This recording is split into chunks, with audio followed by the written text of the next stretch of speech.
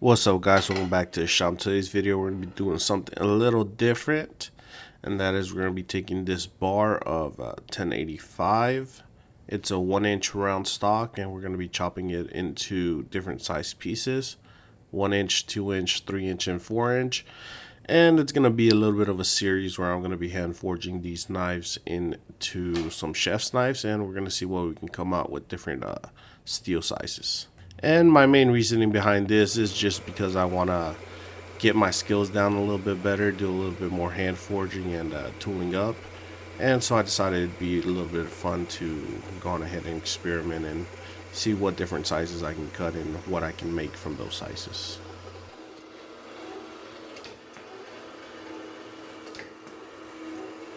Alright guys, so this is 1085 I got from Pop's Knife Supply, and it comes in a 1-inch bar, and I've cut out 1-inch, 2-inch, 3-inch, and 4-inch. And I want to see what size knives I can get out of it. So to be able to do that, I'm just going to forge out. I'm hoping to get a small petty, a medium-sized knife, a full-size knife, and either a small cleaver and maybe an akiri. And they're all going to be hidden tang, and I'm going to be doing this video on this guy, and I'm going to do a video on each because it is going to be a full build, and I'm going to do a brute to forge on each one of them, and it's mainly just practice for me, and hopefully they turn out pretty nice and I can get them sold pretty quickly. So without further ado, let's throw this guy in the forge and start up on this guy. So first things first, since this is a little bit hard to work with and I don't really have the right tongs for it, I decided to flatten out the piece and make it into a bit of a rectangle, and then isolating some of the material for my tang, and then take it from there and start forging it. Once I had where I could grab it from and hold it, it was a lot easier to be able to work and manipulate with the hand hammer and the anvil. So first thing I'm going to do is work out my tang. I'm slowly working out the tang, getting it to the correct length that I need, and then I'm switching over to the other side so I can start getting a preform to my blade shape. I am expecting a 3 to 4 inch little knife out of this. I had said earlier I was going to make a petty knife. I got my words mixed up. I actually meant a paring knife. I expected about a 3-4 inch paring knife out of this, and that is roughly what I ended up getting. More towards the smaller side. It's just a little bit over 3 inches, but overall it makes a pretty good little knife. If I were to forge out again, I'd probably get just a little bit more steel, maybe a 1.5 incher, and I'd set out to make about a 4, maybe 5 inch paring knife. And I think that would be a pretty good size. Though, I mean, don't get me wrong, 3 inches is plenty length for a good knife. But, you know, sometimes you need an extra inch or two just so you can, you know, work around the apples a little bit better, if you know what I mean.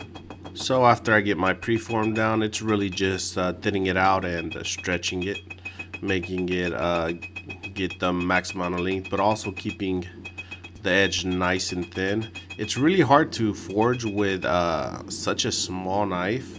It's a bit of a pain, especially, you know, trying to not miss hit. So it was definitely a very interesting experience. If I were to do it again, I'd probably take out my smaller hammer. I have a 1-pound hammer, I think it is, and I'd probably use that. I got a 1-pound dog head I had bought from a housemate when he did his dog head hammer, released his $100 hammer.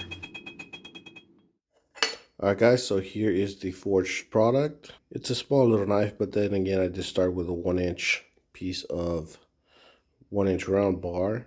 So my tang on this guy is gonna run right around 2.5 inches, and my blade is gonna run right around probably a little bit over 3.25-ish or something.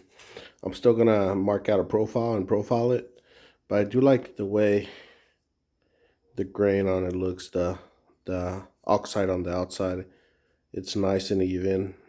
I don't have too many big bumps. It's about 1/8 thickness or so on the edge, so I'm gonna bring that down to about a 1/16, and I'll put my maker's mark on this guy. I might not even thin down the edge. I might not even do that. I might just heat treat it as is. And I got a taper to the tip. And I was supposed to taper my tang. I don't know if I got a decent enough taper. We're about 3/16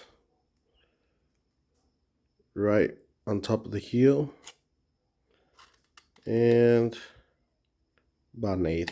Not much of a taper, but I wanted to leave my tang pretty thick. That way it'd be a nice beefy little knife. Overall, pretty happy with the way it turned out. One thing though, it was a lot harder to forge because it is so small. It was definitely harder to forge with that bigger hammer, the 3-pounder. But I mean, practice makes perfect. They're as close as you can get to it. So we're gonna go on ahead and mark it out and profile it. So for this knife, I don't really have an idea of what I want. All I know is I want a small knife. And so I'm going to be using the max amount of material that I can use. I'm trying not to waste anything that I don't have to waste on this knife. So I'm really just outlining roughly what the max amount I can get out of it. Because it is a small knife to begin with. So I ended up making my heel at the very most bottom part, where I had the most width, and then I basically based the rest off of that. Another thing to note is that whenever you're grinding these little knives, it's a bit of a pain, especially if you don't you have to use a push stick to be able to grind these properly. In the beginning, you probably noticed I did use a push stick. That was a pencil I found because I couldn't find my actual push stick, but it definitely helped out. So I definitely recommend using a push stick of some kind. Afterwards, it's a little bit of a hassle working with such a small blade and not, accidentally grinding part of your finger off. So you just got to be careful with it and try not to rush the process. And then now we're moving on to our maker's mark and getting it quenched. So overall, we have a very nice little knife and a very good successful quench. Alright guys, so we are out of the temper and it's looking mighty fine. So I'm going to wire wheel it and get all this crit off.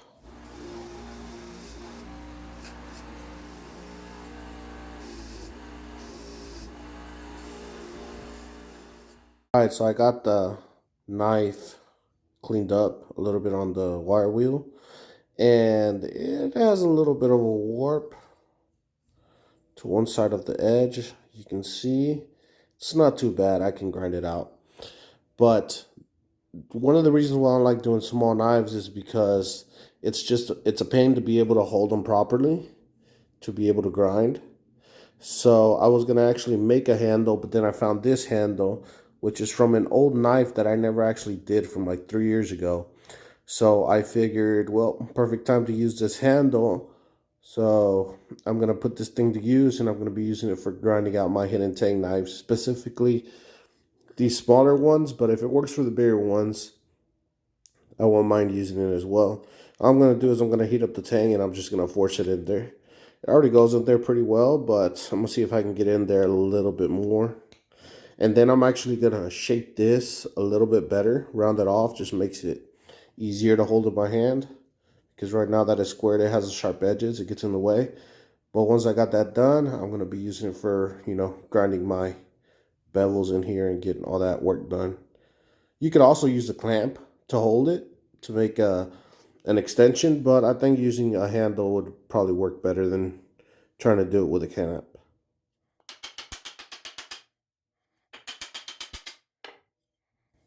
Actually, that worked pretty well. I just smacked it with a hammer and it went in there, which worked out a lot better. Pretty cool. So let's get the shaping this and then we'll get our grinding on our knife. So ironically enough, I actually made this handle for a knife that I never finished. It was a really pretty Damascus knife that I made probably like 3 years ago. It was not one of my first Damascus knives, but it definitely was a very, very pretty. It had a very dark, bold colors, and I probably have it somewhere around in one of my drawers. And I never got to actually handling it. It has its coffee edge finish, but I didn't really like the shape of it. It was back when my shapes were a lot more wonky than they are now. So it looked more like a dagger than a knife. So basically, I never finished it. I said I'll finish it later, and I just never got to it. And while I was looking for material to make a quick handle out of, I ran into this, and I said this will work just as well. Alright guys, so for this knife I'm going to be using some Paduk, and I'm going to be pairing it with a piece of black linen micarta, and it'll go like this, and I'll cut it down to size, whatever I need, and hopefully it'll look pretty good. I don't know how many of you, my regular viewers, are watching this video, but if you're not a regular viewer, I use Paduk a lot for my handles, and the main reason why I use Paduk, besides the fact that I really like the red color that it has, it's very vibrant, very just pretty. Because I've used redwood before too, but it's more of a duller color, and I like the vibrance of the Paduk. But the main reason why I use it is because I actually have a lot of it here.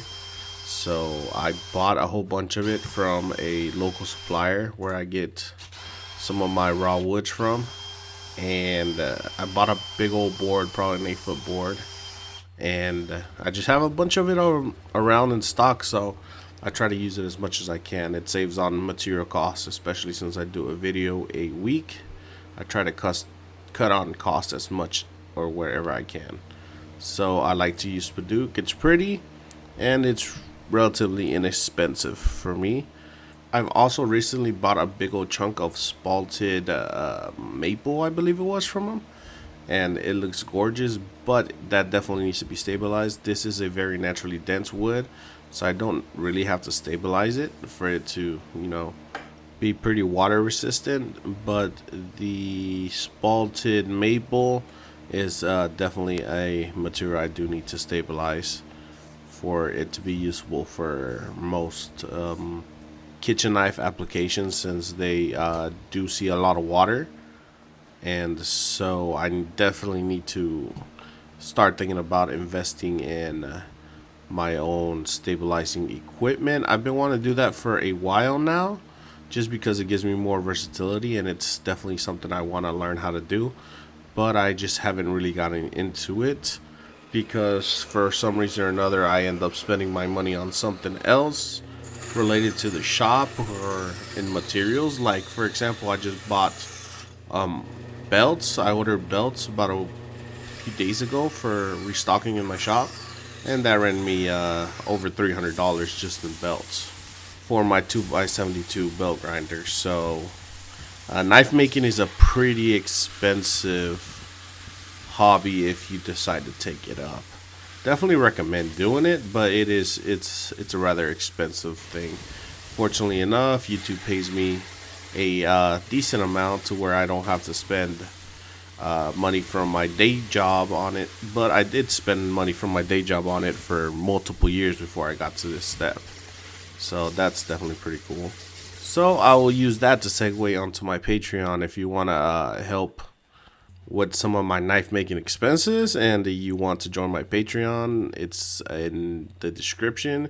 If you want to, if you don't, that's cool too. Just watch the videos. That also helps me pay for all this stuff.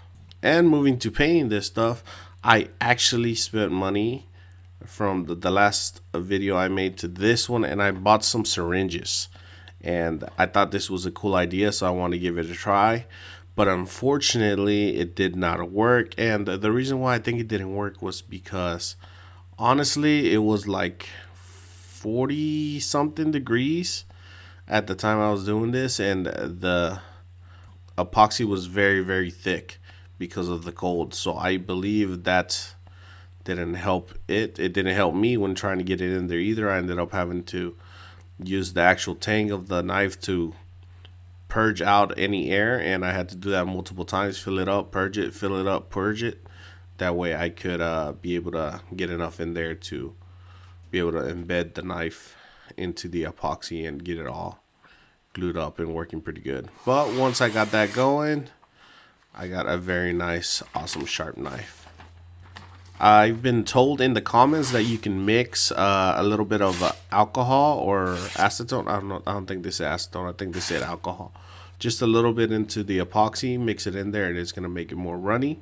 And it doesn't affect the curing of the epoxy, so I'm definitely going to have to give that a try next time, see if I can make it a little bit more runny so I can use those syringes on that. Overall, the knife came out pretty good. I'm very happy with the way it ended up.